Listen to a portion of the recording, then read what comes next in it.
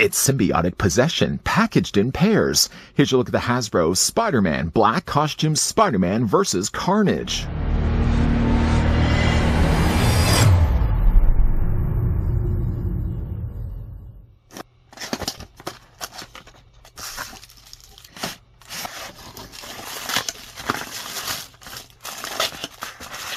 When an alien symbiote latched on to Spider-Man, it almost made him lose sight of his morals, and the symbiote created a spawn transforming Cletus Cassidy into the ruthless villain Carnage. These collectible 6-inch scale Marvel Legends figures are detailed to look like Spider-Man symbiotes and Carnage characters from the 1994 Spider-Man the Animated Series cartoon, featuring premium detail, multiple points of articulation, and 7 series-inspired accessories. While Peter tries to run from the voices, Cletus Cassidy wants playtime with them. Of course, before we get a closer look at the Hasbro Marvel Legends Spider-Man Animated Series Symbiote Spider-Man and Carnage, let's grab the tape measure and see how tall the figures stand. Symbiote Spider-Man, and actually they're going to be about the same type of figure, basically sporting about the same similar build. But Spider-Man stands about 6 inches in height, or the figure's going to be about 15 centimeters tall. If you were to say compare that against Cletus Cassidy, he's a slight bit taller figure. He's only just a few hairs taller. He's still only about 6 inches in height, or again, he's about 15 centimeters tall. Seeing as he did team up with them and all, I thought it would be fun to bring in the X-Men Animated Series Marvel Legends figures. So here's what the symbiote suit Spider-Man looks like with a slightly smaller Wolverine. And here's as well what Carnage looks like with Gambit. Gambit is going to still be the tallest of all the figures that we're looking at right now, but at least he's a little bit more in line with the symbiote Spider-Man and Carnage. Poor Wolverine, though, comes up just a tad bit too short. Now, they do say that the accessories packed with both the figures are animated-specific accessories. I don't think I really would say that. Spider-Man just has some swappable hands, and Cletus Cassidy, I suppose, has an animated-inspired head sculpt that can be swapped out with the existing one. But really, all the accessories that come with both of these characters are all ones that you would normally expect to see with a symbiote suit Spider-Man and a Carnage. Running, though, through first Spider-Man's accessories, the figure comes included with a pair of closed fists. You can see that there is the rectangular patch of white there on the top of the hands. And these, again, just easily swap out with the existing hands that he has right now. He has what I would best describe as wall-crawling hands in the sockets of his forearms. If you, though, prefer Spider-Man to be shooting webs instead, he also has these as well. And I'm certain these hands have been used before. This can't be the first time that these hands were introduced to the Marvel Legends line. These hands have been cast here differently, done in black plastic, and still has, again, like that rectangular shaped paint on the back of it. But I'm sure, yeah, these hands have been used before. To swap out the existing hands from Spider-Man, it's just a case of pulling the hands from the forearms. Wiggling it back and forth, I find, is always helpful to get those hands removed. And then if, again, you wanted to use a hand, thumbsies will always still go in. I'm going to pop that in place, and now Spider-Man does have web shooting hands. That pretty much goes with every Spider-Man figure. I think there's not been a Spider-Man figure that hasn't come included web shooting hands. And of course, before we actually, you know what, just before we look at the accessories that come included with Cletus Cassidy, let's pick back up Spider-Man and get a closer look at the figure. The sell for this set was the fact that this is animated inspired characters from the original 90s series. I was always a big fan of the original 90s series, although everybody in that show, admittingly, were all super buff. Even Doc Ock was super strong, at least the way they've sculpted at least the body. I've always been also a big fan of the symbiote suit Spider-Man. It's one of my all-time favorite suits. The idea of now getting an animated version of that has some nice little interesting highlights added to it. Boy, does it make a really interesting looking Spider-Man figure. Of course, the building blocks of this figure, I'm sure, are pretty much a Spider-Man that we've gotten times before. But the additional coloring of the black, not to mention, again, all this additional highlighting that they've added in blue. If they haven't already done one, I would love to see a Venom get released in the same similar design. Venom was always known to have more blue on the one side, red on the other, just the way they colored him in the cartoon. But I really like the way it works for Spider-Man. Of course, he does have still the larger white eyes there on the front of his face. Little tiny accents of blue are also added in there as well. There's no blue on the top, which I thought would have been a good prime place to put it. But yeah, he only just has a black face, and that's all he has. Of course, the white paint is handled really well here. And the paint that they've also painted here for the symbiotes, both on the front and also very predominantly featured on the back, very well painted. Now, I don't know if you can actually see this or not, but there's also some darker shadowing of gray added in there as well. It takes what normally would be a very basic design suit, and it adds a little bit of extra pizzazz to it. He has all, again, the panel lining down the side of it. He has the panel lining down the front of his thigh and down the calf and the front of his feet as well. So again, it brings a little bit of extra more paint to the table for an otherwise all black suited Spider-Man. Posability on this guy would be pretty much exactly the same. So if you have collected Marvel Legends figures, kind of goes without reason. It stands without reason. Of course, all the articulation will be the same. The thing differently done here, though, is the newer Marvel Legends figures now have the pinless articulation points. So it's nice to see a more seamless looking body on all the figures. Spider-Man's articulation, though, is his head is on a ball joint, so you can rotate it all the way around. You can hinge the head up quite a lot, in fact, and you can also hinge it down as well. You can also rock it back and forth as well. Arms do rotate all the way around. And the neat thing also with these Spider-Man figures, and all Marvel Legends figures mostly, is the fact that there is also the shoulder crunch. So you can also bring those arms just a little bit more inward, or you can also arch them back a lot more as well. The upper, or I should say the forearm, does swivel, actually before that, the arms do come out at 90 degrees, but you can also as well take the bicep and swivel it all the way around if you wanted to. Double hinge nicely presented here on the figure, although it's sometimes hard to kind of get a double hinge on the elbow. Hands do rotate all the way around. Again, you hinge it back and forth, and a good generous amount of ball joint action happening here for the top of his torso. Then further from that, while he doesn't have an abdomen crunch, abdomen articulation point here, he does have at least a crunch. So he has a ball joint here at the top and then a crunch down below where his abdomen meets the waist. For his waist, right here, there's no articulation that's been afforded the figure, and yet he still manages to pull off a ball joint at the tops of his thighs. You can take the legs and move forward. You can move them back. He has a swivel that rotates the thigh 3/4 the way up the thigh all the way around. The figure does possess also a double hinge on the knee. Articulation here for the boot. Now, normally this would be on a Marvel Legends figure that would have a boot. Spider-Man is just one continuous suit and all, but he still manages to have an ankle pivot, or I should say like a calf pivot. You can rotate it back and forth. Ankles do move back and forth this way. You can rock them back and forth this way. And the figure does also have toe articulation. I noticed the toes on this Spider-Man figure, at least on mine, are a little loose. I mean, again, if that was one place that would be loose on a figure, I'm all okay with that. I'd much rather have looseness, say, in his toes than looseness, say, in his thighs, for example, or certainly looseness in his knees. I would definitely not want that. It's a nice looking Spider-Man. I will say right away, it's a much better figure than what we're getting here with Carnage. I don't want to spoil that too soon. Carnage is a little more disappointing, and of course we'll talk more about that in a moment. One thing also I did want to say, though, about Spider-Man is I do wish that he came included with an alternate head sculpt of Peter Parker from the cartoon. I think that would be also a nice touch to include.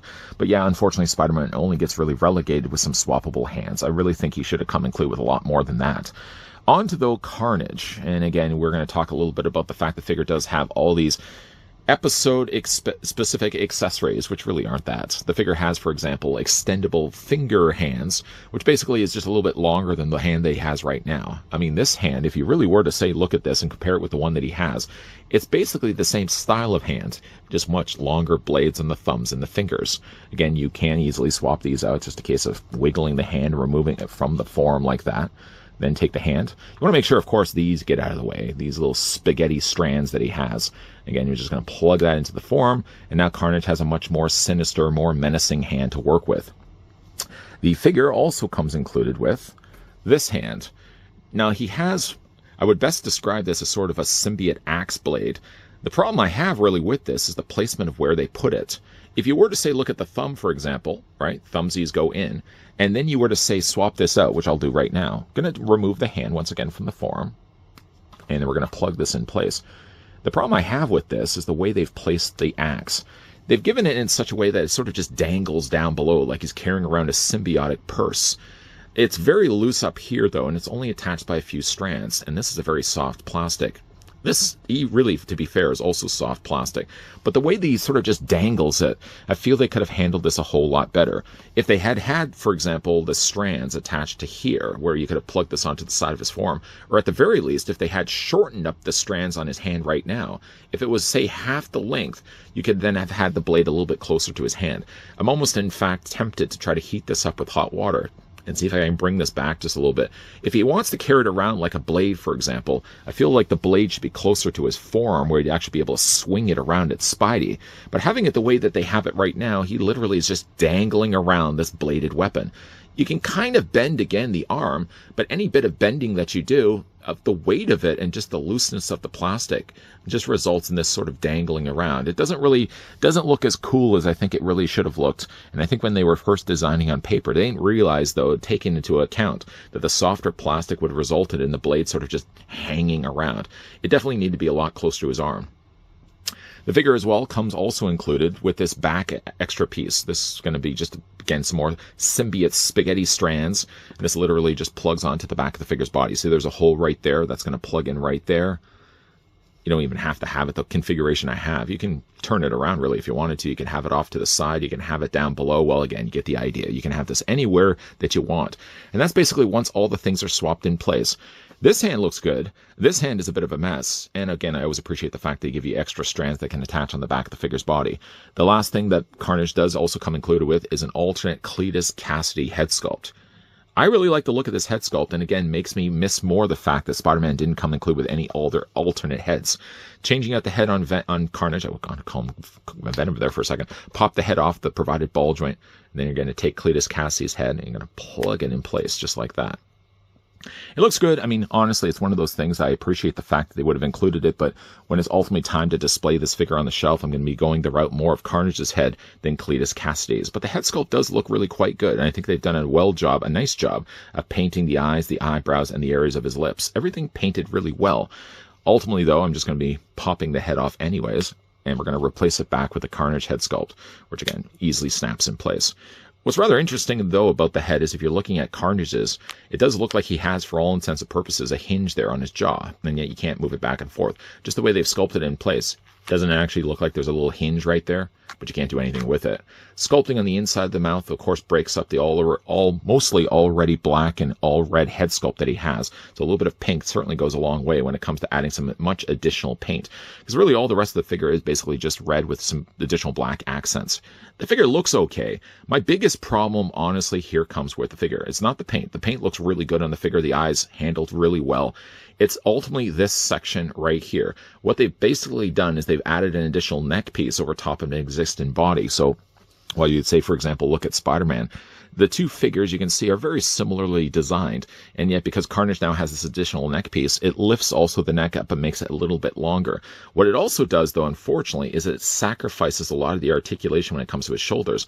I can't tell you how many times I've actually fought with these shoulders, trying my best to move the arms around, and this blasted piece gets in the way all the time. You can move the arms forward and back, say, for example, but trying to move this all the way around, it always wants to hit the top of the shoulder, and ultimately when you are trying to turn his arm, for example, it basically has to turn on an angle in order to clear those shoulders. It's just a nuisance, and I wish it wasn't the case. If they had only just trimmed this back a little bit, even if they just shorten it just by about here, it would give you a lot more range of motion to work with for the arms. Again, like the arms do rotate, but the way that they have to rotate outward instead of upward.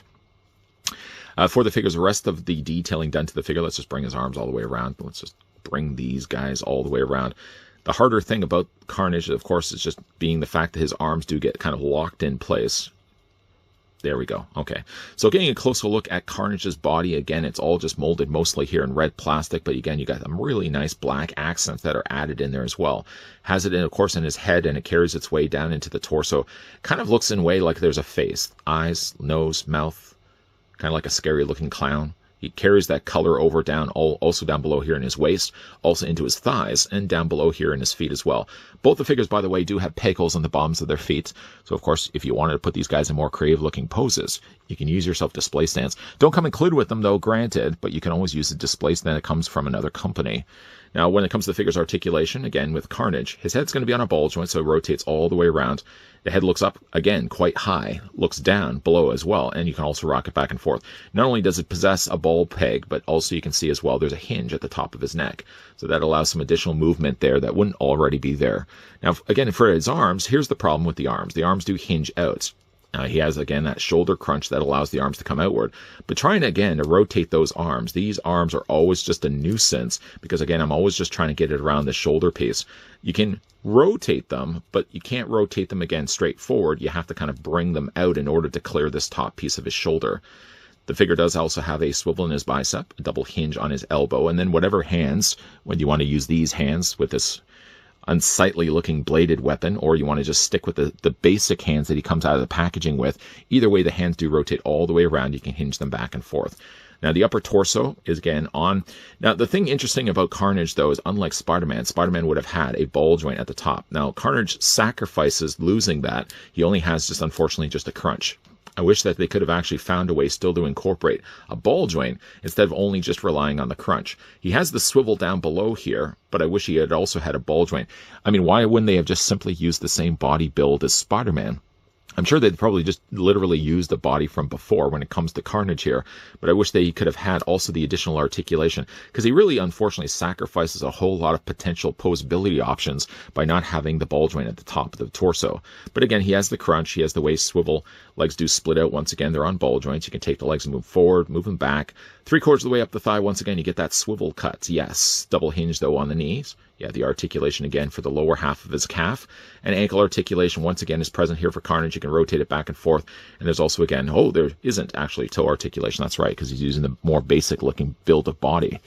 Yeah, again, between really the two, Carnage is the most disappointing of the two figures. I mean, when you're looking at him and you're comparing him first with Spider-Man, you can see that he's a lot more basic when he came to his build. That clearly was the case that they used a more older Marvel Legends body when it came to producing Carnage. And I feel like if they already had the mold in place when they were going to be doing the black costume symbiote Spider-Man, why wouldn't they have simply just used the same suit to produce a Carnage? I mean, retooling wouldn't have been even really a requirement, other than the fact that Spider-Man would have not had a hole on the back of his torso. But I'm sure that could be easily fixed, and then just simply use the same body mold again when it came to the release of Carnage. Carnage has the problems, of course, of only just having a crunch in his abdomen area. He really needed to have the ball joint similar to Spidey. And also as well, he has the real problem of having that shoulder piece that's added to the top of his body. It does render not completely useless shoulders, but definitely makes the shoulders a lot more difficult to actually turn around. As a set, both Black Costume Spider-Man and Carnage came out to be good-looking figures, although having Spider-Man packed along with Carnage, you can't help but compare the two, and you realize right away how Carnage comes up a little bit short. First of all, they didn't use the same body as they did for Black Spider-Man, and why wouldn't they have simply done that? The molds are there. I mean, obviously, if they're going to be using the mold again for the Black Costume Spider-Man, which I'm sure we've gotten already with other Marvel Legends Spider-Mans from before, why wouldn't they have simply just used that same mold and used it for Carnage? They only would have needed to retool, say, the back of the figure's body. And of course, there was that neck piece that had to be also added as well to give him some extra little bit of length.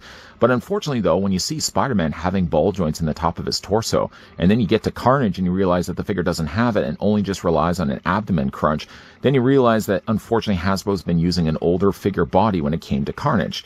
And I really think, like, some of the parts that come included with Carnage, while I appreciate always the fact that they add these extra accessory pieces, the axe is one thing that comes up really underwhelming. The way they have it dangling from his hand, it looks cool by having those extra strands sticking out from his fist, but unfortunately it just results in the blade coming like it's dangling all the time.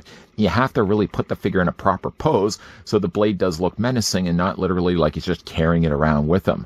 Of the two figures, I think the Black Costume Spider-Man looks better and is built better than the Carnage, but I do wish, though, that Spider-Man could have also come include with some extra accessories. Carnage gets so many accessories in this box set. I wish that Spider-Man could have come at least included, say, with an alternate unmasked or unsymbiote-faced Spider-Man Peter Parker. Still, though, it's a nice-looking set. I'm glad to have had the chance to pick this one up. I'm always a big fan of the original 90s animated series of Spider-Man, and to get the figures based on that, especially a Black Costume Spider-Man, yes, please. Have you picked up this set for yourself? And if you have, let me know down below in the comment section what you guys think of it, and if you also agree that the Carnage comes up like a little short. Also, as well, like, the figure is pretty skinny, too. I wish he could have had maybe, say, a bigger build, but I know even in the animated series, Carnage was about the same size as Spider-Man, so that's probably why they opted just to use a similar size of body. If you guys enjoyed this video, why don't you hit with a like? If you guys are loving the content you guys are seeing, and you certainly would like to stick around for more, we are going to, by the way, be looking at some more Marvel Legends stuff. So if that's certainly something you'd like to stick around for more, definitely make sure, if you haven't already done so, that you hit that subscribe button down below and you're turning on the bell notification. Of course, as always, guys, thanks for watching. See you guys next time.